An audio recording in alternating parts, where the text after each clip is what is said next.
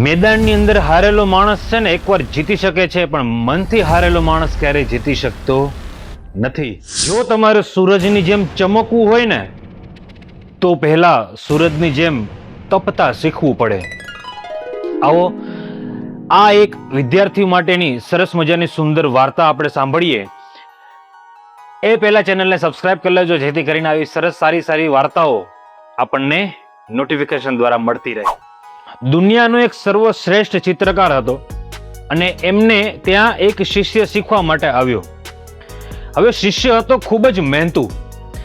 એમને ચિત્રકામ ખૂબ જ બારીકીથી શીખવાનું હતું અને એ શીખતો પણ હતો, મહેનત પણ ખૂબ જ કરતો હતો. પણ એને એક જ વસ્તુની હતી ફરિયાદ કે મારું ચિત્રની અંદર જે જીવંતતા આવવી જોઈએ એ જીવંતતા આવતી નથી. હવે આવી ફરિયાદો રોજે રોજ કર્યા જ કરે એમના ગુરુજી પાસે. ત્યારે ગુરુજી, તમારા ચિત્રકામની અંદર જે જીવંતતા આવે છે ને એવી મારા ચિત્રકામની અંદર આવતી નથી, માટે મારું તો સારું નસીબ જ ખરાબ છે. આ બધી વાત સાંભળી અને ગુરુજીએ કીધું કે કઈ વાંધો નહીં, આપણે કાલે ફરી મળીએ આપણે. ત્યારે બીજા દિવસે એ શિષ્ય ફરી પાછો ગુરુજી પાસે ગયો. ગુરુજીએ એક કેનવાસ આપ્યો અને એમને વાત કરી કે તારે દુનિયાનું સર્વશ્રેષ્ઠ અને સુંદર ચિત્ર તું તારા મનથી દોરીને બતાવજે. તારા માટે આખો દિવસ તને સમય આપ્યો.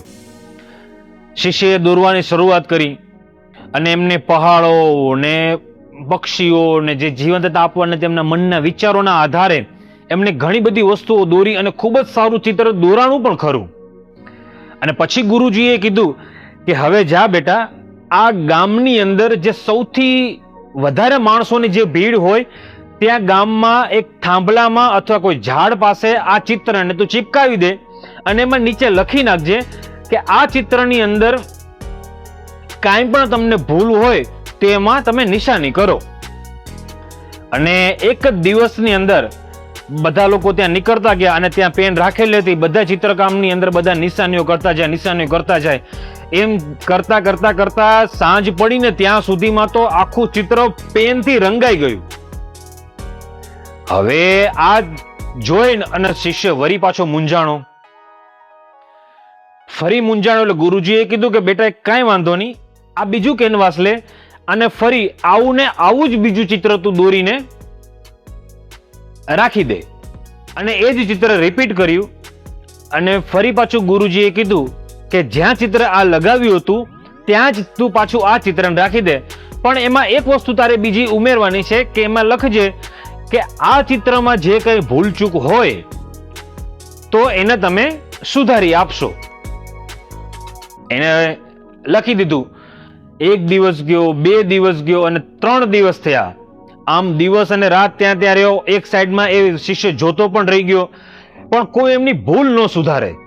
હવે આ બધું જોઈને અને એ ત્રીજા દિવસે એમના ગુરુજી પાસે ગયો અને કીધું કે ગુરુજી, આમાં તો કોઈ ભૂલ સુધારી જ નથી, મતલબ કે મારું ચિત્ર બરાબર થયું. ત્યારે ગુરુજીએ શિષ્યને ખૂબ સારી રીતે સમજાવ્યું કે બેટા, ભૂલો કાઢવી અને નસીબને દોષ આપવો એ તો સરળ વાત છે, પણ ભૂલો સુધારવી એ ખૂબ અઘરી વાત છે. દુનિયા તારા કામમાં ખામીઓ તો કાઢશે જ, પણ તારે એવા લોકોની જે શોધ કરવાની છે જે તને સુધારવામાં મદદ કરે છે, અથવા તો તારે પોતે જ તારી ભૂલો શોધવી પડશે. વિદ્યાર્થીઓ માટે સંદેશ છે કે પરીક્ષામાં માર્ક ઓછા આવે, મહેનતનું ફળ તરત ન મળે ત્યારે પોતાના નસીબને દોષ ન આપો. તમારી જે ભૂલો છે એને સુધારવા પર ધ્યાન આપો. ટીકા કરનારા તો હજારો મળશે, પણ સફળ એ જ થશે જે પોતાની ભૂલો પર કામ કરશે.